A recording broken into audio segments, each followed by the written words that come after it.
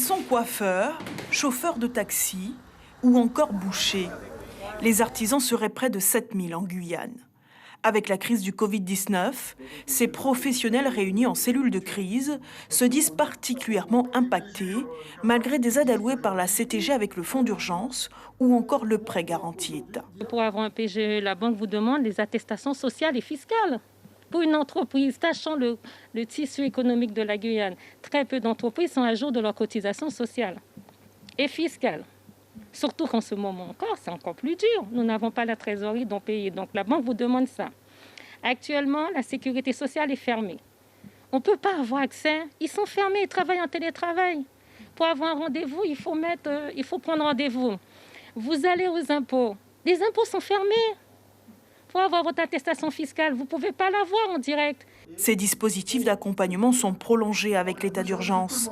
Mais pour la Chambre de métier et de l'artisanat, il faut aller encore plus loin et mettre en place un véritable plan Marshall pour un secteur essentiel au tissu économique guyanais. Ce sont les dettes sociales et fiscales, une réforme dessus. Des charges qui sont trop lourdes, des prix d'approche, des produits de matières premières qui sont trop lourdes, le fonctionnement des entreprises, l'accompagnement, ne serait-ce que par exemple à l'embauche, qui est un parcours du combattant. Il y a vraiment de tout, puisque aujourd'hui, comme vous l'avez vu, la Chambre de métier a fait une trame de ce plan Marshall, mais l'objectif, c'est que chaque branche syndicale de l'artisanat nous aide à le compléter.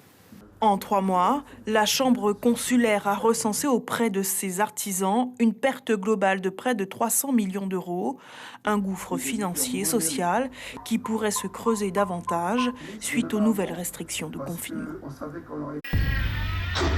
Suivez l'info sur Guyana Première, télé, radio et Internet.